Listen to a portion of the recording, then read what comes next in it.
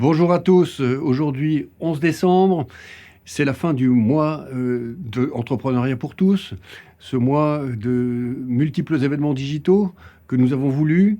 Nous en avons fait 100 avec le concours de l'ensemble des réseaux d'accompagnement à la création d'entreprises en France, avec le travail incroyable des Cités Labs, de la Fabrique à entreprendre.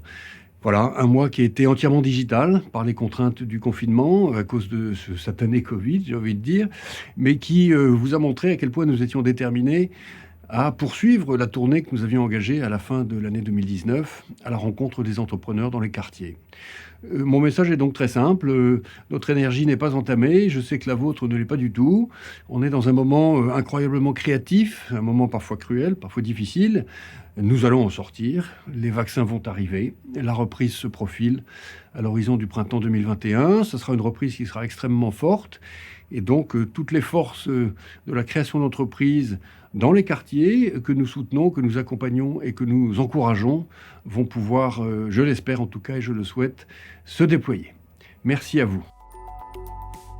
Bonjour à tous. Alors, je suis ravie de vous accueillir dans cette dernière étape de la tournée 2020. Cette étape originale qu'on a fait un peu de façon particulière, totalement digitale, et qui va nous amener toute la journée à partager avec vous des temps forts, des échanges avec les entrepreneurs des quartiers, inspirants, des ateliers qui vont vous permettre de récupérer plein d'idées, de boîtes à outils, de choses qui vont vous permettre de faciliter vos projets et qui, j'espère, vont vous amener à vous lancer vers l'entrepreneuriat et la création d'entreprise.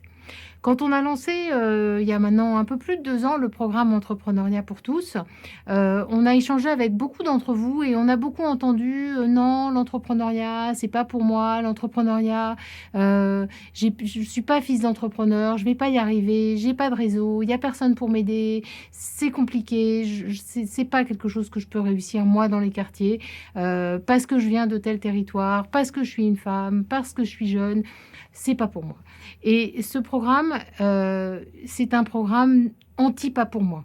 C'est un programme qui vise à vous montrer, qui vise à vous aider, qui vise à vous accompagner vers la réussite, vers le succès, qui vise à vous aider à vous lancer et à tenter l'expérience. Vous réussirez peut-être pas tous, mais c'est pas très grave parce que vous aurez tenté votre chance et vous aurez tenté votre chance vers quelque chose qui vous amènera de toute façon à grandir, à avancer, à aller plus loin dans votre parcours de vie et dans votre projet professionnel.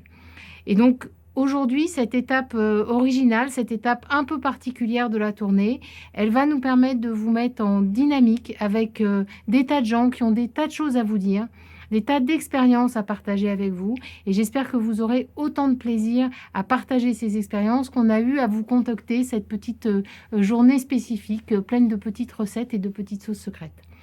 Je vous mets tout de suite en lien avec des entrepreneurs extraordinaires, des jeunes qui sont lauréats cette année de Talents des Cités et qui vont vous montrer comment, avec de bonnes idées et avec beaucoup d'énergie, on peut réussir un projet d'où qu'on soit, d'où qu'on vienne et avec beaucoup d'ambition et de plaisir. Merci beaucoup, merci à tous et amusez-vous bien.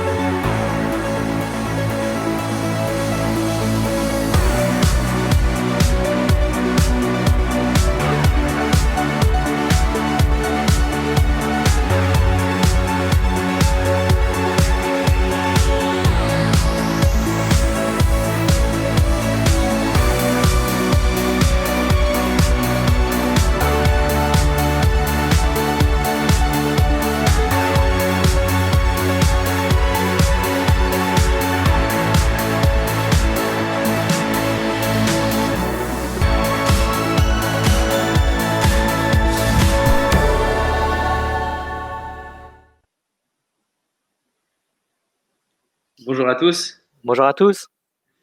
Donc c'est avec énormément de plaisir qu'on est devant vous aujourd'hui pour vous parler de Camiab. Donc moi, je me présente, je m'appelle Nadir, j'ai 29 ans et je suis cofondateur de Camiab. Et vous trouvez aussi Abderrahman qui est ici présent, aussi cofondateur de Camiab. Donc notre aventure entrepreneuriale a commencé en 2016 où je travaillais chez Amazon et j'avais vu l'avènement du e-commerce à ce moment-là.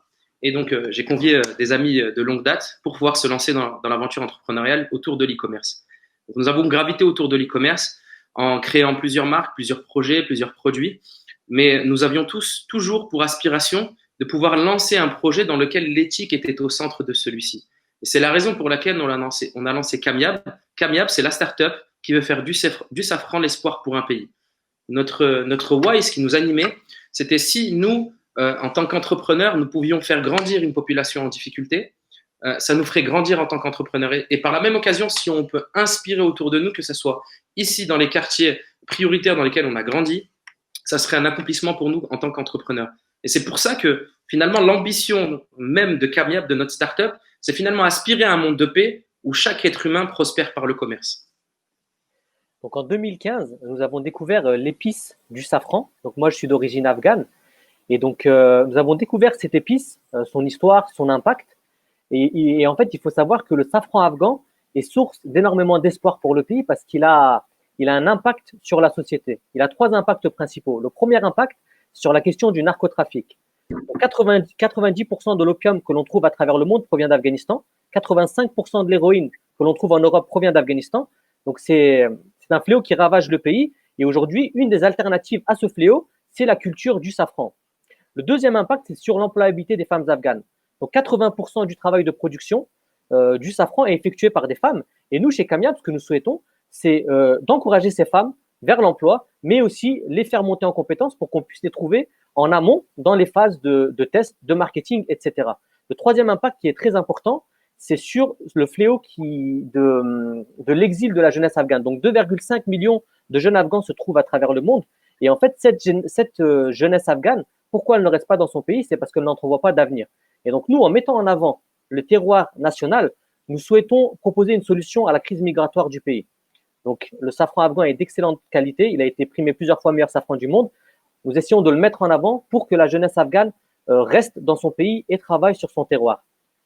Donc, à la base, nous sommes venus avec cette idée de proposer du safran en filament. En mars 2020, nous avons intégré le programme Entrepreneurs dans la ville. Donc, nous avons eu des cours à l'EM Lyon, notamment en marketing, avec une démarche de design thinking. Et en fait, nous avons pivoté et nous sommes passés du fait de proposer du safran brut à la création d'une marque de compléments alimentaires qui s'appelle Naali et qui proposera le premier complément alimentaire à base de safran sous forme de pâte de fruits et qui répondra aux problèmes de sommeil, de stress et de douleurs menstruelles. Donc en somme, nous allons créer un produit qui est noble avec l'épice la plus chère du monde, l'or rouge, qui est ludique sous forme de pâte de fruits et qui a surtout un impact sur le monde. Et une fois qu'on a consolidé notre business model, nous avons souhaité le confronter à des professionnels.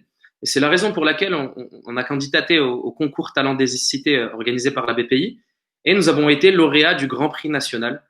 Donc ça a été pour nous un réel accomplissement en tant qu'entrepreneur, car chaque victoire au démarrage se fête. Et ça a été une victoire pour nous. Ça, c'est la première chose. La deuxième chose, c'est que on est issu de quartier prioritaire et ça nous tenait à cœur de participer à ce concours. Et enfin, la troisième, on a eu pas mal de retombées médiatiques, ce qui nous a permis de rayonner et de pouvoir enclencher, mettre la troisième, si je peux me permettre, au niveau des partenariats et des échanges qu'on pouvait faire lors de notre projet.